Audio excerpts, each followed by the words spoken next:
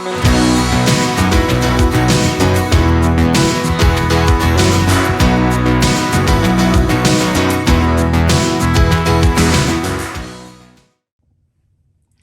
y'all, welcome back. This is Michelle from Michelle's Empty Nest, and today I am going to do a layout for the load challenge over at the Scrap Happy website. This is load 522, Build Your Story, and so everything is kind of related on or related to architecture and things throughout time. So my prompt is about Petra Jordan, which was the center for the ancient spice trade. And we're kind of talking about how we trade cash for goods in this little background story for today's prompt. So I am to tell a story about something I've purchased that has made me happy or made my life better. And the technique prompt is to use a sun, a sunshine, or a warm rosy tone on my layout. So for the story prompt, I've got something definitely that fits that, because we just about a week ago, maybe a week and a half, purchased a new set of living room furniture, tables, lamps, the whole shebang. We replaced about a 10-year-old gray and black sectional sofa that had seen 2 dogs, cats, 3 children, all kinds of spills and people just laying around, and it needed to be replaced. So we purchased new furniture and went with beige and a whole different color scheme, a whole different mood and feel.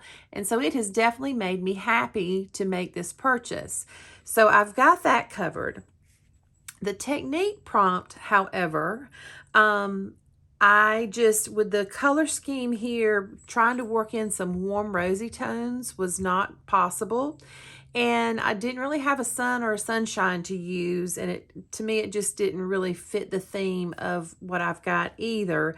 But I do have something that kind of looks like a sun with these golden mustard yellow round pillows. So I'm going to kind of cheat and say that that's my technique prompt for today. And I do have warm tones in, the mustardy colors that I've got in 2 of my papers. So I'm kind of on the technique prompt, but not 100%.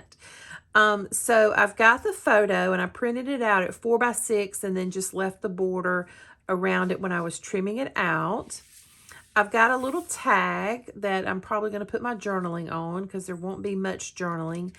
And then I'm going to, I'm pretty sure, do like a triple matte. Or a background with a double matte, whichever way you want to call it. But I think that's what I'm going to go with. That seemed to make me happy as I put my photo there. I think it's going to work out. I'm also going to map my photo with whatever I gut out of this blue pattern paper. And I will tell you that this is from a kit from Heidi Swapp, and I apologize, this is probably going to have horrible glare. It's a kit from Heidi Swapp. It's called Fresh Air, and it's to go along with her Storyteller 3 class that she offers on her website. And so I purchased the class and the kit, and so I'm going to kind of dig in and use it. Let me try that again. I'm going to dig in and use a few of these papers and hopefully not use something that I wouldn't be able to replace with something in my stash for the class. So hopefully I'm not messing myself up. There are stickers, there are alphas, there's washi tape, but there's no real ephemera in that kit. And so I may have to kind of look through and see what I can come up with, because, I'll need something other than just my photo here and my journaling. So I'm going to go ahead and get you put on fast forward. I'm going to get some papers gutted, get some stitching done, maybe some distressing, because those are the things that I love to do. And we will get this layout put together. So let's do it. All right, I'm going to grab over my trimmer and I'm going to gut and then trim and gut the next piece of paper up in the stack, and then trim the top layer. So I won't worry about trying to bore you with the measurements. I just picked a border amount that I thought was pleasing to my eye, to where I was able to gut as much as possible out of the papers to use later on. But leaving enough of a border to where I can put enough adhesive to hold this in place until I can stitch it together and to have room for the stitching. So I was kind of taking all of that into account as I was trimming these papers down. And I will say these papers from Heidi Swapp are very thick, very good quality paper. You can tell when I trim the papers down that even though my trimmer blade is fairly new and does not leave jagged edges on other papers, you'll see, especially here on this yellow when it shows up, you can see it leaves that jagged edge. It's got that really thick white core. And it also creates a lot of debris when I am doing the distressing. So you're going to see me wipe off a lot of debris onto my floor, which I have to vacuum up later. But if you're new to my channel, I love to distress things, and I love to have layers and dimension, and I love messy stitching. I have my mother's sewing machine that I've had for, she's passed away about 12 years ago, and it sat until December of 2020 when I decided to try to do a December daily album, and I wanted to do some stitching for some pockets. So I just messed around with the machine and tried to figure it out. I can sew a straight line on paper. I doubt I could do one on fabric, but I do occasionally do like little gathered fabric to go on junk journals and things like that. But could I sew some kind of clothing if my life depended on it? Probably not. But I do love to do my style of messy stitching on my layouts. So I've got all of my borders, or all of my background papers and borders cut. And then you just saw me cut from what I gutted out of that blue paper, a mat for my photo, and I decided to just tear the bottom edge because that's something I like to do as well. And I'm trying out this new tape from Scrapbook.com. It's a roller adhesive. It's not a dot adhesive like I normally use, but I'm just trying the regular adhesive. I didn't even order a dot one to try. I just thought I'll try something completely different and see if I like it. So I took the first 2 layers over to my sewing machine and stitched around it. I just used white thread, and now I am temporarily adhering this one, and there we go. We've got all the layers done, and I like to kind of come back and rumple them up as much as I can. These didn't have a lot of extra border room around them to ruffle up, but I did what I could with the amount of space that I had.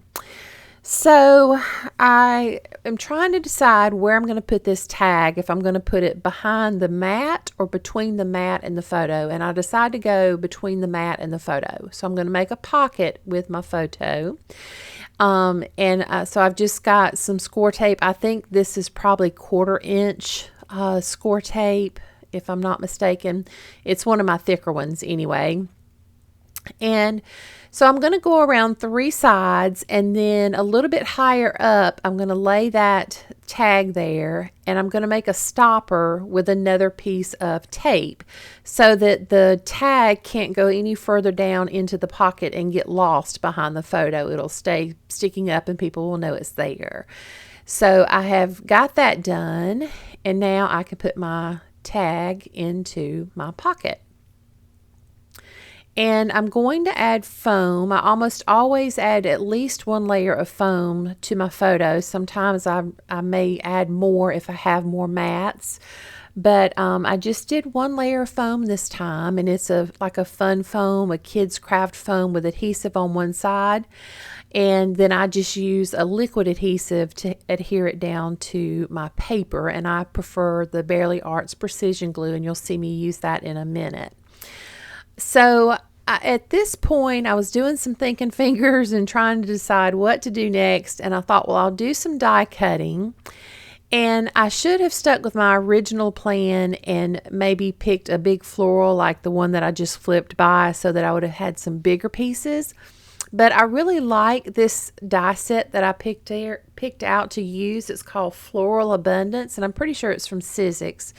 And so I thought, well, I'll just cut some of this out in all of one color paper and see how that works. So I'm using my new Big Shot Switch Plus from Sizzix. And I am loving using it. This is about the 4th time I've used it, and it's worked wonderfully every time. So what you see me doing, it kind of looks a little wasteful on the paper, but I wanted to have those brown lines running through as many pieces as possible. So I just laid everything out to where you can see some brown and give a little bit more than just having white pieces of paper cut out. So I should have run it through 2 times, and I didn't. So I needed to run it through again, and a few of them ended up shifting a bit, so I wasn't able to use those, but that was my fault. I should have just known to go ahead with this thick of a paper that the Heidi Swapp paper is. It needs 2 times going through. Most papers I can just do 1 time. All right, so I skipped ahead a bit here, and I've got 3 little piles of leaves, and I am putting my photo down at an angle. I just felt like with the grid paper and then that larger kind of like square paper on the very back, that it needed a little bit more movement and something not quite so linear. So I am taking my Xyron sticker maker and running all these little pieces through. I didn't want to try to fool with using definitely not anything roller and not really even anything liquid glue, because these are some very delicate, tiny little pieces. So the Xyron worked perfectly. And you can see what I mean about trying to get a piece of that brown line on as many pieces as possible. So I've saved you watching me put all those down. I'm having to use my little powder tool over there because there was some adhesive sticking between the little leafy pieces. And so I'm just kind of going over it with the powder tool to make it easier for me to just kind of slough off that extra adhesive. And so that's what you'll see me doing there. Is just rolling that off a little bit. All right, so once I am finished with my little powder tool there and get everything like I want it, I'm not loving it. I'm just going to tell you, and I say it again at the end, it's missing something, but I needed to get it done, and so I just decided to go ahead and go to the next step, which I felt like I needed maybe to pull in some enamel dots to give it a little bit more color. And I'm pulling aside a few pieces that I think I can use, just like a piecemeal here and there. And then I found this set from, who is that from? What does that say? Is that Echo Park maybe? I don't know. Anyway, it had a color close enough to navy. It had a little bit of a yellow color, and then a blue color that was okay as well. So I just used that for all of it, and I put 3 enamel dots in all of my clusters. I really am big on that kind of the rule of 3 as well as the visual triangle on my layouts. That's something that I find pleasing, and so I do that quite often. So I pulled out this thicker set. It's like a puffy thicker, and it's just navy was the name of it. It's a navy blue. It's very dark. And I'm going to make my title, it's going to say A New Place to Sit, because I couldn't think of anything else to put on there. And so I'll skip through. I won't make you watch me put all these down, but I'm just going to start at the end and work backwards because I want it to butt up to my photo. So there that is, A New Place to Sit. And then once I get that done, I am basically finished with this layout, and just making sure everything is adhered down really well. Oh, I do need to come back and put my, I put some jute twine through my tag. I rarely leave a tag without a string on it. So I'm just going to get that fixed up and then I'll be done.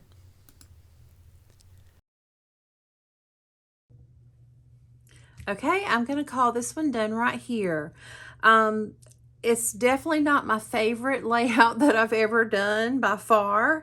I don't really love the die cuts by themselves. I needed more, but I was on a pretty limited color scheme here, and there really wasn't anything else that I could come up with that made sense color-wise or style-wise. So I'm just going with it like this. I like everything, but I wish the little clusters were bigger and maybe a little more varied in color. But it's done, it's dusted, it's going in the album, and that's what matters. I did go off screen and do my journaling. It just says we were so excited to replace our 10-year-old living room furniture last week. I chose a completely different style and color scheme. I'm happy every time I look at it. So that will finish us up. My title is A New Place to Sit because I couldn't think of anything any better than that. So that's where we're going to stop for today. I appreciate you stopping by so very much. It means more to me than you will ever know. If you enjoyed the video, I would love a thumbs up down below. And if you've not already hit that subscribe button, please do so and become part of my little YouTube family. There will be some close-ups at the end as well as over on Instagram where I would love for you to follow me as well. I share lots of things over there that never make their way to YouTube. And there'll be links down in the description box to anything that I've used or my most used products. So be sure to check those out. I would love to hear from you. What is something that you have purchased recently that has made you happy or made your life better? So leave me a comment down below and we can have some dialogue back and forth. Until I see you in the next video, take care of yourself, do something good for yourself, and I'll see you soon. Bye-bye.